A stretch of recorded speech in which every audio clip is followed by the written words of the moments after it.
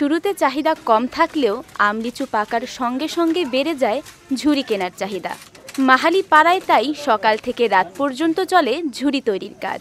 যদিও প্লাস্টিকের ঝুড়ি ও ক্যারেট বাজারে আসায় হারিয়ে যেতে বসেছে এ শিল্প, তবে সহজ ব্যবহারযোগ্য ও দাম কম হওয়ায় বাঁশের ঝুড়ি বা টুকরির প্রতি মানুষের আগ্রহ বেশি।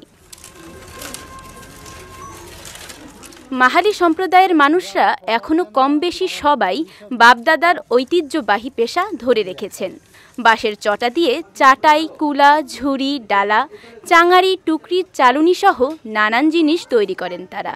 এটা মনে করেন যে এটা প্রতি বছরে আমরা এগুলো করতে থাকি। আর এই যে শুধু করে আম লিচুর সিজনে ওই ঝুড়ি বানাই একটু, আর না হলে আমরা বিভিন্ন রকম জিনিস তৈরি করি। এইটুকুই আমাদের কাজ। মে মাস নাকি এই মাসে কিন্তু আমরা আম ঝুড়ির জন্য খুব ব্যস্ত হয়ে থাকি।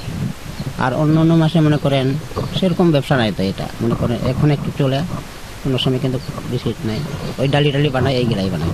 একটা বাঁশের দাম 250 টাকা, 4টা বানাই, আর কি হবে? ওটা দিয়ে তো কিছুই সংসারে চলে না। এখন বাঁশের তহবিল করব না খাবো। আসলে এই কাজে তেমন লাভ হয় না বাঁশের দাম অনুযায়ী। যদি আমাদের পুঁজি কম, যেহেতু গরিব মানুষ, তাহলে যদি আমরা আর সরকার থেকেও কোনো এরকম পুঁজি দেয় না কিংবা আমরা পাই না, যদি একটু পুঁজি ধরাই দিত তাহলে হয়তো বা আমরা বেশি দামে বিক্রি করতে পারতাম জিনিসগুলো।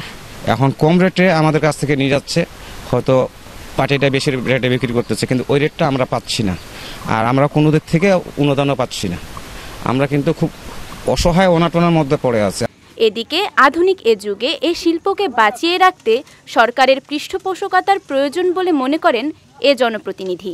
যেই সমাজ থেকে এই লোকগুলো অনেক পিছিয়ে আছে অর্থনৈতিকভাবে, আমি আমার পরিষদের দিক থেকে আমি সর্বাত্মক চেষ্টা করব তাদেরকে, আর অন্যান্য সম্প্রদায়ের লোকজন যেভাবে সামনের দিকে অগ্রসর হচ্ছে তাদেরকেও সামনের কাতারে নিয়ে আসার জন্য আমার দিক থেকে আমার কোনো কমতি থাকবে না। Vijay TV news desk.